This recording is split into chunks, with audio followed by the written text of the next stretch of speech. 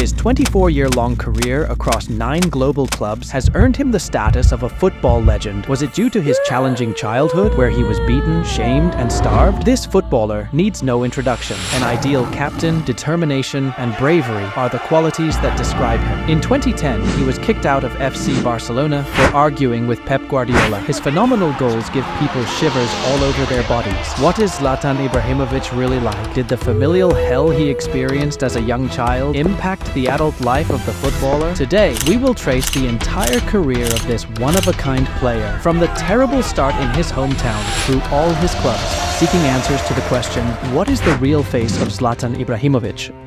He was born on October 3, 1981. His parents, a Bosnian father and a Croatian mother, were not happy in their relationship. Their unstable marriage ended after only 2 years. Young Zlatan witnessed both physical and verbal violence, with his parents shouting at each other during arguments. None of us would want to experience that. Fortunately, our today's hero emerged from it all unscathed. Although it wasn't easy for him, he drew a profound life lesson from it, shaping him as a role model, as I will tell you a bit later. According to Swedish divorce law, his mother gained custody. Unfortunately, it was challenging for the young boy to adapt to such a tumultuous turn of events and grow up without a male role model like his father. At one point, he experienced extreme weight loss and unhealthy thinness due to the loss of fat and muscle tissue throughout his body. It took Zlatan a long time to adjust to this new reality. He regained happiness only when his father was allowed to resume contact with him. Despite the damages, the sensitive boy managed to forgive his father and share his life with him again. The boy had many wonderful adventures with his father, but one stands out the most. One time my dad managed to buy me a bed at IKEA, but we couldn't afford the delivery to our home. Without hesitation, we grabbed both ends of the package and carried it together back home. People passing by were shocked. Since then, our hero spent most of his time with his father. Unfortunately, Zlatan's daily reality was not so colorful. While living with his mother, he often endured blows to the head with a wooden spoon, which would sometimes even break. He shared his personal space with 4 other children, one of whom, his half-sister, had issues with drugs.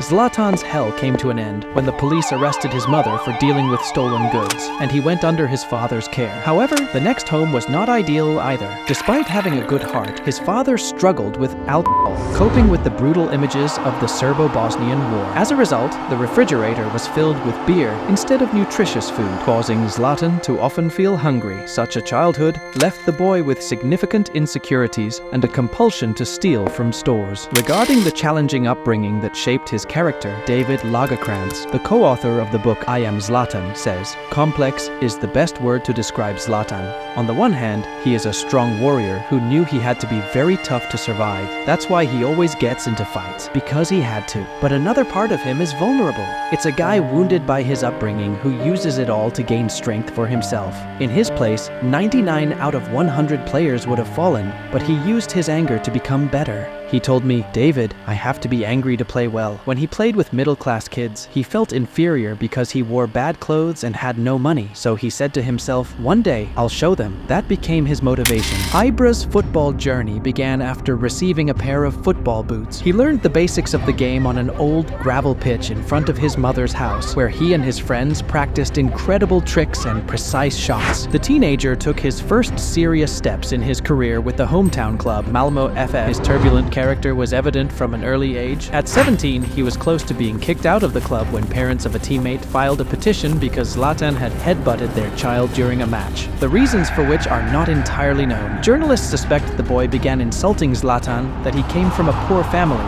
to which he responded immediately. Ibrahimović made his debut for Malmö FF in 1999 and significantly helped the second-tier club to advance to Allsvenskan, the top level of Swedish football. At that time, Arsene Wenger closely observed the young talent, unsuccessfully trying to convince him to join Arsenal. Zlatan chose the Netherlands as his next destination, where Leo Beenhakker was the technical director. On March 22, 2001, an agreement was announced between Ajax and Malmö regarding Ibrahimovic's transfer to Amsterdam for €8.7 million. He initially started his on-field appearances from the bench, and when his game impressed coach Ronald Koeman, the coach trusted the young player and included him in the starting lineup. Ibrahimovic's status rose when on August 22, 2004, he scored an individual goal against NAC Breda, slaloming past 5 opponents, a move compared by commentators to Diego Maradona and Zinedine Zidane, eventually voted by Eurosport viewers as Goal of the Year, displayed part of his combative character when, according to many close to him, he intentionally fouled Rafael van der Vaart during a Sweden versus Netherlands match. Both players from Ajax never had a fondness for each other, constantly competing for the status of the club's biggest star. And that was just the beginning of Ibra's antics. Italy became the next target for Zlatan. In 2004, he moved to Juventus Turin for €16 million. His temper dimmed for a while, as seen in the reduced number of goals and the player's withdrawal on the field. The predictable and monotonous sequence of events bored Zlatan. Fortunately for the player, the opportunity to leave the club arose when the Calciopoli scandal came to light, resulting in Juventus and many other clubs being punished with relegation to Serie B. As a result, Ibra thanked the club and accepted an offer from nearby Milan. Zlatan made his debut for Inter on August 26, 2006, openly stating that he had been a fan of the club since childhood. If this was indeed true, the football player was very lucky, because it was at Inter Milan where he developed his skills the most and showcased them to a wide audience. His performances were filled with goals and assists, as proven by being selected as the League Player of the Year for 2 consecutive years. Such achievements are usually attained by players of the national champions, and in this case, it was no different. In all 3 seasons, Zlatan's team won the Serie A championship. In the seasons 2006-2007 and 2007-2008 under Roberto Mancini, and in 2008-2009 under Jose Mourinho. Despite extending his contract with the club, Zlatan was open to expanding his horizons in search of new challenges. Consequently, due to an agreement between Inter and Barcelona, the player changed clubs once again. In exchange, Inter received €45 million and striker Samuel Eto'o. Hello there. Nobody suspected at that time that it would lead to a roller coaster of emotions in the Catalan team. Ibrahimović was presented before a crowd of over 60,000 at Camp Nou. He scored his first goal in the 3rd game with Barcelona, captivating the audience alongside Leo Messi. He also set a team record as the only player to score in his first 5 league matches. Zlatan was thrilled, stating in interviews, "I was probably with the best team in history. Their football was beautiful. When I prepared for a game, I knew I had won even before we started. I looked at the players around me and saw Messi and Iniesta and Xavi and Puyol and Piqué and Dani Alves and Busquets. Unbelievable. It was football from another planet and I loved it. It was technically perfect." However, things started to deteriorate when the then 28-year-old's temperament clashed with the team's coach, Pep Guardiola. During a period when Lionel Messi was a key player for FC Barcelona, even influencing the coach, Zlatan was moved from the central striker position to the wing, where he had less freedom and space for creating plays. Zlatan did not appreciate this change, leading to his outburst of anger after a defeat in the Champions League semi-final against his former club, Inter Milan. Unfortunately for the player, Inter won the Champions League just a year after his departure. Ibrahimović exclaimed, "You haven't got any balls. You bought a Ferrari, but you drive it like a Fiat," and added, "You can go to hell." To everyone's surprise, Guardiola left without saying a word. This marked the beginning of the end of Zlatan's short adventure in Spain. Since the memorable dispute, the coach did not speak to the player for several months. It was clear that Zlatan's days at FC Barcelona were numbered. Not even a full season passed before we learned about Ibrahimovic's loan to AC Milan. For many Inter fans, this was a blow. Zlatan Ibrahimović in a rival club? Scandal. The player explained the situation by expressing his love for Italian football, but he chose AC Milan for new experiences.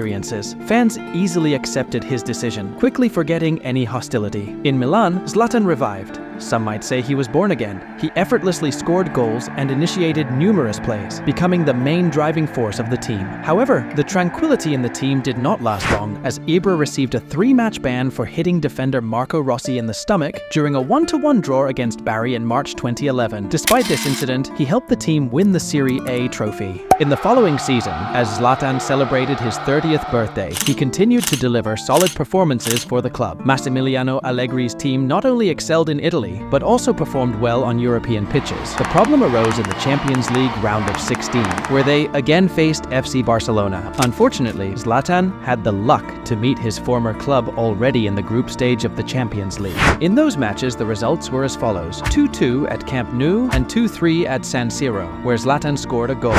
Due to this sequence of events, Ibra had additional motivation to win the match. Unfortunately, Pep Guardiola's team proved to be slightly stronger again and eliminated AC Milan. Milan. Frustrated by the Champions League exit, Zlatan received another 3-match ban after a 2-1 defeat at home to Fiorentina for swearing at the assistant referee. Despite many setbacks that season, he demonstrated his class as a striker, finishing as the league's top scorer with 28 goals in 32 matches. After a successful adventure in Italy, Zlatan started looking for a new place to settle. This time, it was France. On July 17, 2012, Paris Saint-Germain confirmed that they had reached an agreement to acquire the player from Milan. During his first press conference, Ibrahimović said straightforwardly, "It is a big step in my career and another dream come true. I am very happy because it is a project that I want to be involved in. I want to be part of the history of the club. I am here to win and nothing else." In the first match of the group stage in the 2012 to 2013 season against Dynamo Kyiv, he scored his 6th goal in only his 5th appearance for Carlo Ancelotti's team. He became the first player to score for 6 different clubs in the UEFA Champions League. The Swede's presence was very noticeable in the club. He always lifted the team's spirits and encouraged younger players. Such behavior helped PSG win the Ligue 1 title for the first time since 1994. Traditionally, as expected from Ibra, he also became the league's top scorer, earning him the Ligue 1 Player of the Year award. In the following 3 seasons, things remained the same. Goals, goals, and more goals. Zlatan was satisfied, and so were the fans. What more could you ask for? Well, Champions League victories. To achieve complete happiness, they only lacked that trophy. And spoiler alert, Zlatan never managed to achieve this remarkable feat in his colorful career. Just look at this. 2012-2013 season, quarterfinal, after losing to Barcelona. 2013-2014. Again, a quarterfinal after a battle with Chelsea. 2014-2015. Unsurprisingly, another quarterfinal, this time defeated by FC Barcelona. And the 2015-2016 season, another quarterfinal, this time after a loss to Manchester City. Bad luck or the club's incompetence? Judge for yourself. During his 4-year adventure in Paris, Ibra set the record for PSG's all-time top scorer. Unfortunately for the player, this record was broken by Edinson Cavani in January 2018, and then by Kylian Mbappe in March 2023. Nevertheless, the glory of the Swede will remain with the club's fans forever. In July 2016, as a free agent, Ibrahimović signed a 1-year contract with Manchester United, with the possibility of extension based on his performance. He received the coveted jersey number 9. He made his debut for the team in the 2016 FA Community Shield against Leicester City and continued to impress throughout the 2016-2017 season. Ibrahimović became the oldest player in Premier League history to score at least 15 goals in a single season at the age of 35 years and 125 days. On April 20th, 2017, he suffered a serious knee injury in the Europa League quarter-final against Anderlecht. Despite his absence on the field, Ibrahimović provided support from the sidelines, motivating his teammates. Manchester United went on to win the Europa League title, marking Ibrahimovic's first and, unfortunately, last major European trophy. In the following season, Ibrahimović set another record by becoming the first player to play for 7 different clubs in the Champions League. However, due to a noticeable decline in form after his injury, Manchester United decided to terminate his contract. On March 22nd, 2018, Ibrahimović officially became a free agent. The very next day, he signed with the MLS club Los Angeles Galaxy, making a memorable debut against Los Angeles FC. He scored 2 goals, including a famous half volley from 41 meters, helping Galaxy come back from a 3-goal deficit to win 4-3. On September 12, 2018, Ibrahimović scored his 500th career goal and joined the elite group of 24 players to achieve this milestone. His remarkable performances earned him the captain's armband for the 2019 season. In July of that year, he scored a perfect hat-trick against Los Angeles FC, asserting himself as the best player in MLS. Despite Ibrahimovic's efforts, his club was eliminated in the MLS Cup 2019 semi-finals. He announced his departure from the club on Twitter, saying, "You wanted Zlatan. I gave you Zlatan. You are welcome." The story continues. Now go back to watch baseball. Surprisingly, on December 27, 2018, AC Milan, Ibrahimovic's former club, announced his return. At 38 years old, this move was unconventional. Despite a challenging season, Ibrahimovic's presence added character to the team. In the following year, Milan performed significantly better, securing a vice championship and a place in the Champions League. However, an incident involving racism accusations against Romelu Lukaku overshadowed the success. Ibrahimović ended the season prematurely due to a knee injury. After recovering, Ibrahimović scored a goal in a match against Udinese on the 18th of March, 2022, becoming the oldest player to score in Serie A history at the age of 41 years and 166 days. Milan won the league, and Ibrahimović contributed with 8 goals and 3 assists. However, he revealed playing with an untreated knee injury for 6 months. On June 4th, 2022, Zlatan Ibrahimović announced his retirement from professional football. Many thought that this moment would never come. After all, hardly anyone from the top-class footballers has ended their career so late. Ibrahimović must have had incredible determination to play at the highest level for over 20 years. The likely source of this determination can be traced back to his childhood, where he simply had a tough time. The story of this exceptional footballer shows that there is always a way out of even the most challenging situations. We are responsible for our own success, and even bad luck cannot limit us. If you enjoyed the story I shared with you, please give it a thumbs up so I know you're interested in such content. Don't forget to subscribe to the channel. My longtime goal has been to reach 1,000 subscribers, and I hope you can help me achieve that. See you soon.